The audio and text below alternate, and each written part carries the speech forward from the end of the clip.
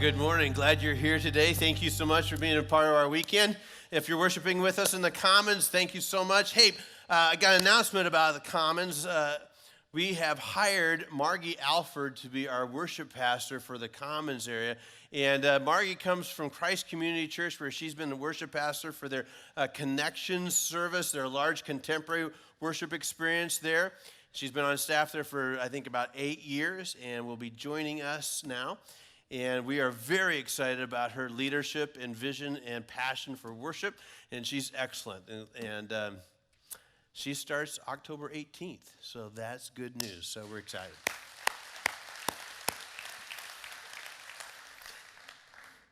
We are in the message series called I Love the 90's. We're on the downward side of that. We got this week and next week is we're going to take a look at next weekend. Just so Backstreet Boys is next weekend. So we're calling them actually the Fort Street Boys.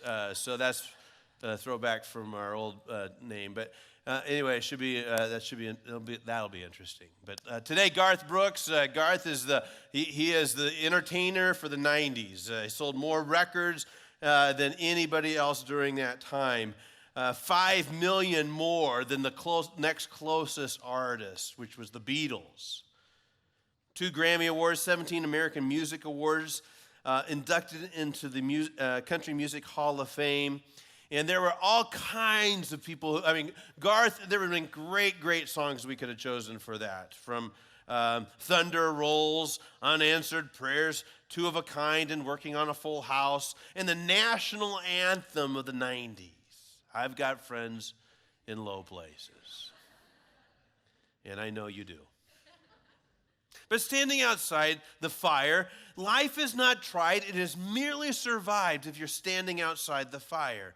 Sociologist Tony Campolo told about a study in which 50 people over the age of 90 were asked to reflect upon their lives and what they would do differently. And they came up with all kinds of things that they would do differently, and they put them into 3 categories.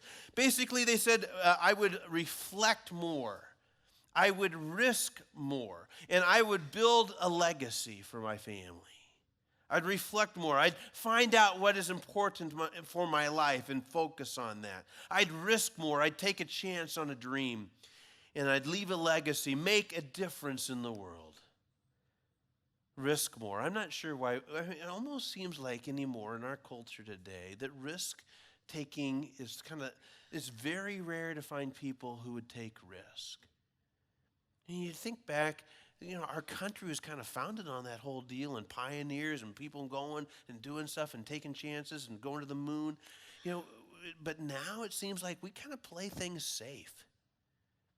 When I was a kid, we didn't even have seat belts. Right? You could climb over everybody and move around, and if you had a large back window, you'd stick a kid up in there, and they had these places right where your feet. My brother used to, he built himself a platform and sleep on that so that we would take a trip to western Nebraska to see our grandma. He built himself a place, and then he was the first person I ever know that came up with a cup holder in a car, and he called it his fixer holder. He should have patented it. And he had it there, and he'd lay on this thing, and he got a straw, and he'd suck out and then, but we didn't have seatbelts. We could climb wherever we wanted to if we do whatever we want to do. And now, and I buckle up and, we're clamped down. We want to be safe. I totally get that. When I was a kid, we didn't have bicycle helmets. Think about that. Now a kid on a tricycle's wearing a bicycle helmet. He's like, stick that thing on. It's like, they're like, why? Because at 1 mile an hour, you could get hurt. And then not only do they have bicycle helmets, we're wrapping them in bubble wrap, right? It's like, you can bounce wherever you like. We can't do that. If I wore a bicycle helmet when I was a kid, I'd have got beat up. Rightly so. Now, I'm not saying I wear a helmet when I ride my motorcycle. Totally get that. Want to do that. But it seems like one of the highest values we have in our world, in our culture, is playing it safe. Not a lot of risk taking. Now, for us in the church, we call risk-taking, you know what we call that? Taking steps of faith. I think in the church, we tend to have as well safety as a super high value. We don't want to take any risks, don't want to try any chances, we want to seat belt ourselves and put a bicycle helmet on in our faith so that we don't get hurt. We don't take any chances. In the book of Hebrews, there's a list of people that are called basically we call them the Hall of Faith people or Hall of Fame people when it comes to faith. And they were all risk takers. There's a group of men and women who decided to take a step of faith. Instead of standing outside the fire, they got in it. Hebrews 11. How much more do I need to say? It would take too long to recount the stories of faith of Gideon and Barak and Samson and Jephthah and David and Samuel and all the prophets. By faith, these people overthrew kingdoms, ruled with justice, received what God had promised them. They shut the mouths of lions, quenched the flames of fire, escaped death by the edge of the sword. Their weakness was turned to strength. They became strong in battle and put the whole armies to flight. The song, Standing Outside the Fire, it was really easy for us to connect the dots with Shadrach, Meshach, and Abednego, right? Those three guys, Hebrew boys that had been taken to Babylon and were in leadership training, and they're the best and the brightest of the young kids, and they're getting the best foods and the best education, the best physical training. And the king of Babylon had a big ego, and he wanted people to worship him. He constructed a huge idol and said, bow down, and if you don't, you're going to die. And these boys stood up. Instead of bowing down, they stood up. Now, this infuriated the king. He was humiliated, but he wasn't going to tolerate that. So he said, maybe you didn't hear me right, but I said to bow down, and if you don't, we're going to throw you in the fiery furnace. And they said, got you. We're not doing that. And it made him so mad that he heated up the furnace 7 times hotter than normal. These Hebrew boys were going to experience a horrible, horrible death. He throws them in. You know, we probably, and I'm sure I've even said something like this when we come to a story like this, that, you know, would you bow down if it meant you're going to die? And it's mostly hypothetical because we wouldn't think that would be a possibility. Nobody's going to hold a gun to our heads and ask us if we're Christians, and if we say yes, they're going to shoot us. I mean, that's just hypothetical until this week. It's insane. I thought, I don't know if you have thought about the killing in Oregon and you know, these people and the question is, are you Christian, right? And I don't know all what happened, but I do know that they died because they said yes to God. And I can't even imagine what it was like for the first one, but certainly for the second or the third when they knew that the answer was death, but they stood up for their faith. And we think that's just kind of hypothetical, but it's not. And for us to think, what, you know, we play it safe. I mean, somebody even questions our faith at school or at work or whatever. We back down, we back off, and we say, you know, and again, our highest value, oftentimes, even in the church, is let's just be nice and play it safe. Put the bicycle helmet on and get the seatbelt on. And we're not going to cause any problems or waves. And we're just going to kind of pat each other and say, this is fine. You believe it, you know, and I'm not, but wow. So here's Shadrach, Meshach, and Abednego, and check this out, Daniel 3. Shadrach, Meshach, and Abednego replied, O Nebuchadnezzar, we do not need to defend ourselves before you. Incredible line. This man holds their life in his hand, right? He's gonna, and we don't have, right? We're not answering to you. If we're thrown into the blazing furnace, the God whom we serve is able to save us. He will rescue us from your power, your majesty. And then one of the most incredible verses in the entire Bible. But even if he doesn't, because there's times when he doesn't, right? We saw that loud and clear this week. There's times when he doesn't. But we want to make it clear to you, your majesty, that we will never serve your gods or worship the gold statue you've set up. So he throws them in the furnace. Now, we know that these Hebrew boys survive the fire. And they're brought out, and King Nebuchadnezzar turns his life over to the greatness of God. And he begins to worship God. And I think that when people make a stand and take a stand, instead of playing it safe, God gets noticed. All these people that are listed in Hebrews chapter 11 are people who are willing to take risks, who are willing to walk by faith. Just people like you and me, and there's no specialness there. They weren't born into greatness. They weren't born with great faith. They simply decided to take a step. A few years ago, our family went to visit our son Justin, who was stationed at Fort Drum, which is in upstate New York. And I'm kind of doing a little research and found out that the Baseball Hall of Fame was just about an hour and a half south of where he was stationed. And so I said to Justin, let's go to Cooperstown. He goes, where's that? I said, it's like an hour and a half south of you. And he goes, no way. And Justin and I are huge baseball fans. Now, Mitch and Alyssa and Linda were also on the trip, and they're not. They were so bored. Justin and I could have stayed there all day long, and we're looking and reading plaques and seeing, memorabilia, and it was just incredible to be able to see all that stuff. A few years later, I was invited to be a part of a minister's retreat out in Louisville, Kentucky. And one of the things we got to do at the retreat was to go to the Louisville Slugger Museum and the shop there. Now, we had a special person that took us around. Jack Hillerick is his name, and he was the owner of the Louisville Slugger Company. Now, when you know the owner, you get to go into places that nobody else gets to. So we go in this room, and there's all these bats, and he pulls this one out, and he says, this is Babe Ruth's. What?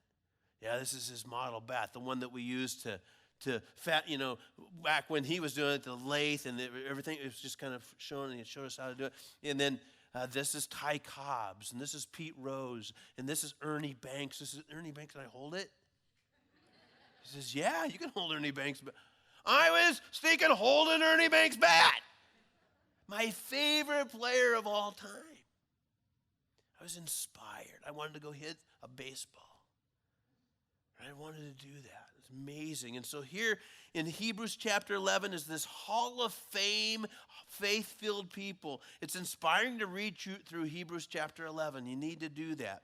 At the end of Hebrews 11, Hebrews 12, it says, therefore, and which means, when we read the word therefore, we always go, what's that therefore? He just said, he tells us all these things about all these faith-filled, risk-taking kind of people. Therefore, since we have this Hall of Fame people, we are surrounded by such a huge crowd of witnesses to the life of faith. Let us strip off every weight that slows us down, especially the sin that so easily trips us up. Let us run with endurance the race God has set before us. We do this by keeping our eyes on Jesus, the champion who initiates and perfects our faith. Because of the joy awaiting him, he endured the cross, disregarding its shame. Now he's seated in the place of honor beside God's throne. Think of all the hostility he endured from sinful people. Then you won't become weary and give up. We just get weary and we give up. The Christian life is not one of leisure. It's not easy. It's easy to give up. Think of the hostility endured from sinful people, then you won't become weary and give up. After all, you have not yet given your lives in the struggle against sin. Here he says the Christian life is this race. It's an endurance race. It's not a sprint. It's a marathon. I think sometimes in the Christian life, we tend to think of it more like a tourist thing. There's a difference between a tourist and an athlete, right?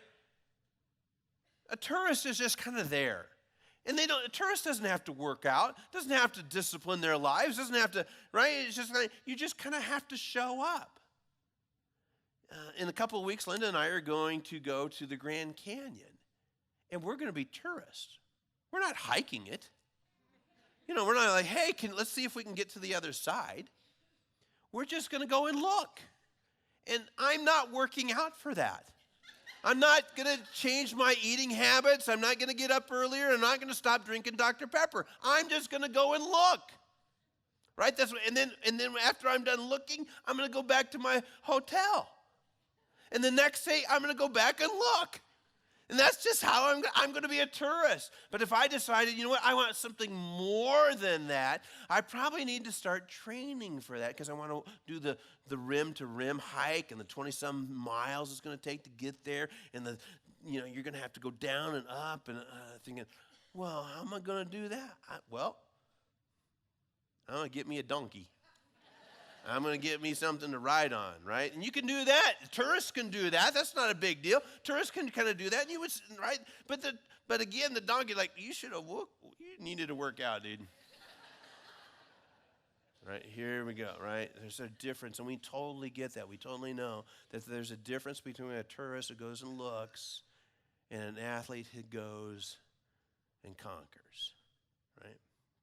And in the Christian life, again, because it's safety and because all that stuff, we want to play it safe. We tend to be a tourist, and we show up and look around, but we don't. But we just kind of go back. We just go back, and then we come and look.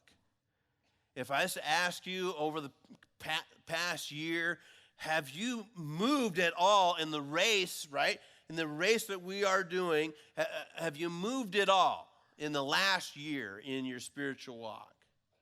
Or are you playing it safe? Are you just kind of coming, you look around, you look, but it's just kind of a tourist thing? Or have you moved at all? Has your faith taken you somewhere? Are you giving any more of your time and energy, money? Or have you learned more about your Lord and decided to get more involved in things? Or have you, as kind of like he described here, we got to, what do you say? Hebrews 12, since we are surrounded by such a huge crowd of witnesses and these champions, these people are cheering us on. And think about that. They're cheering you on. The Hall of Faith people are going, you can do this.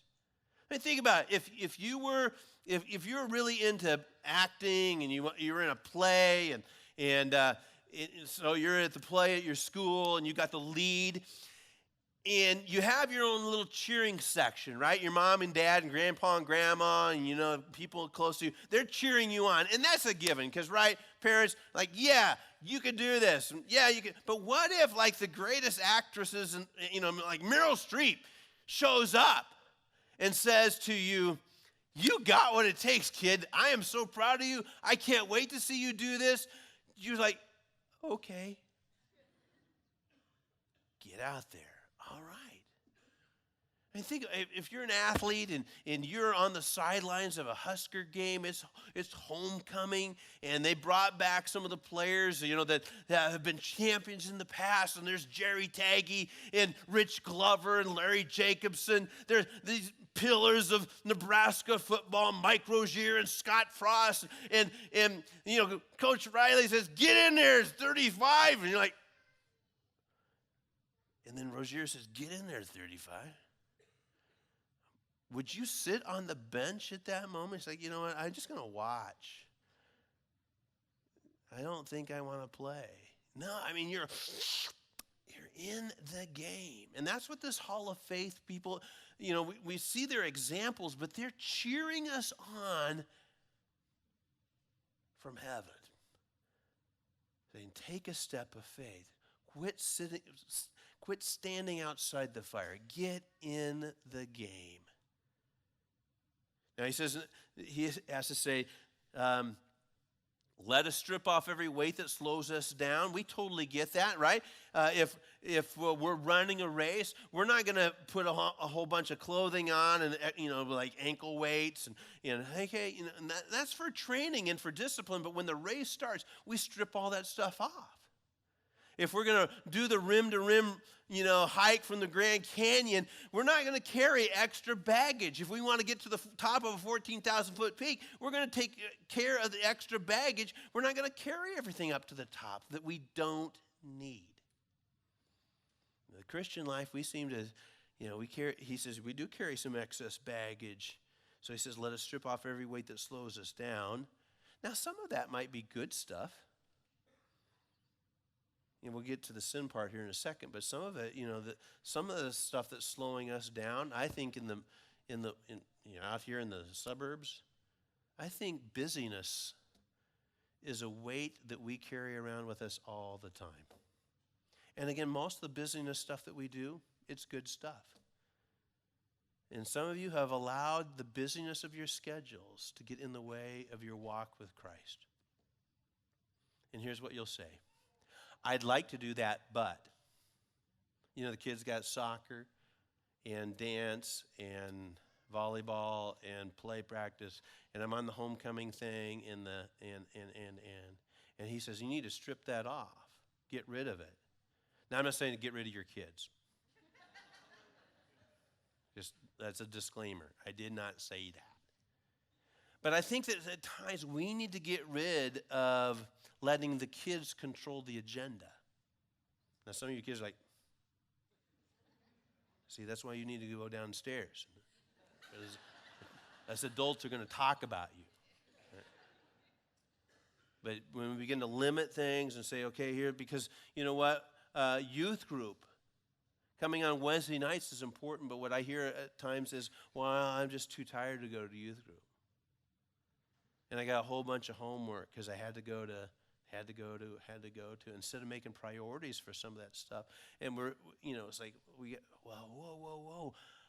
I'm just a tourist now in the Christian life. I'm just a tourist.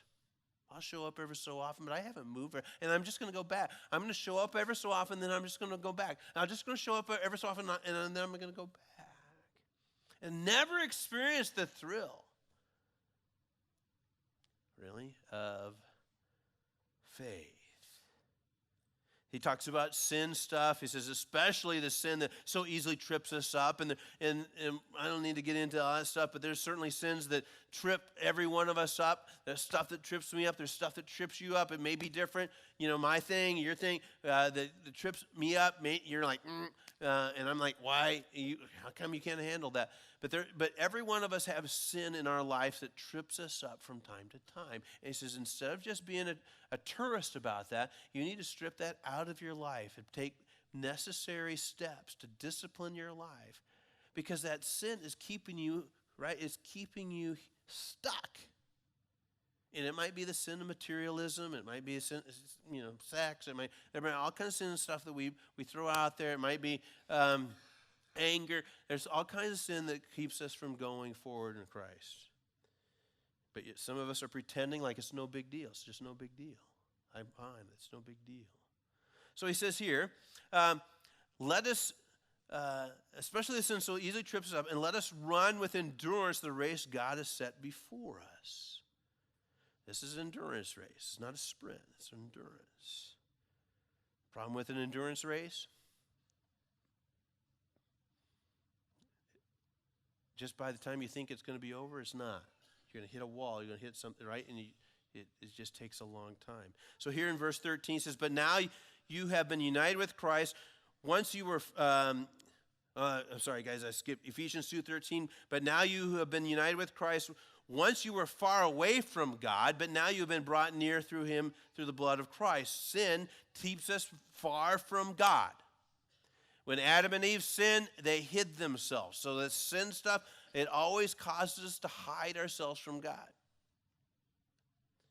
So he tells us to keep our eyes on Jesus, right?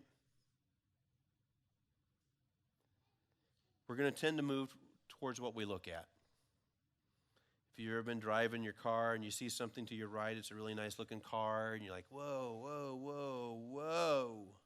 And all of a sudden, you're really close to that because you got your eyes on, so looking where you're supposed to be going, you looked at that car. Move a little closer to that. Keep your eyes on Jesus. And there will be all kinds of temptations, Start yelling at you to look over here, look over here. This is way more fun. This is way more exciting. This is way more important. This is way more. And all of a sudden you've moved to that direction and you've not set up any kind of guardrails. You've not set any protection there to keep you from going over the edge. Now the Hall of Faith folks are encouraging you right now to get in the game. Quit standing outside the fire. Quit playing it safe. Christians, and I think you would probably agree with us, that now is not the time to play safe in the faith-filled world. For way too long, we just have kind of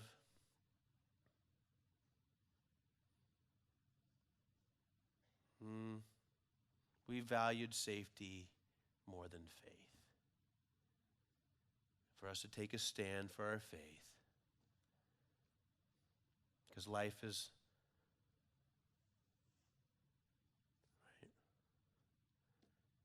not tried, it's just merely survived if we're standing outside the fire. Thanks, God, so much for today, for the faith that we've seen in our world, in our nation. For some folks who took a stand for you and it cost them everything. And I'm so chicken. So sorry that I have at times been more concerned about people's feelings than about truth. I'm sorry that I have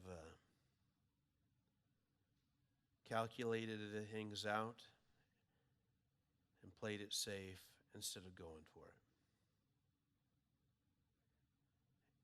And I'm tired of standing outside the fire.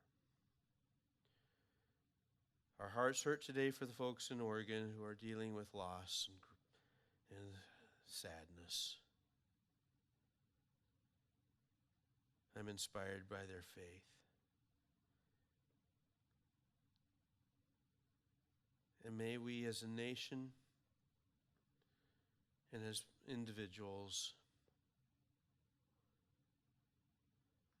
not seek to understand why, but probably more than that,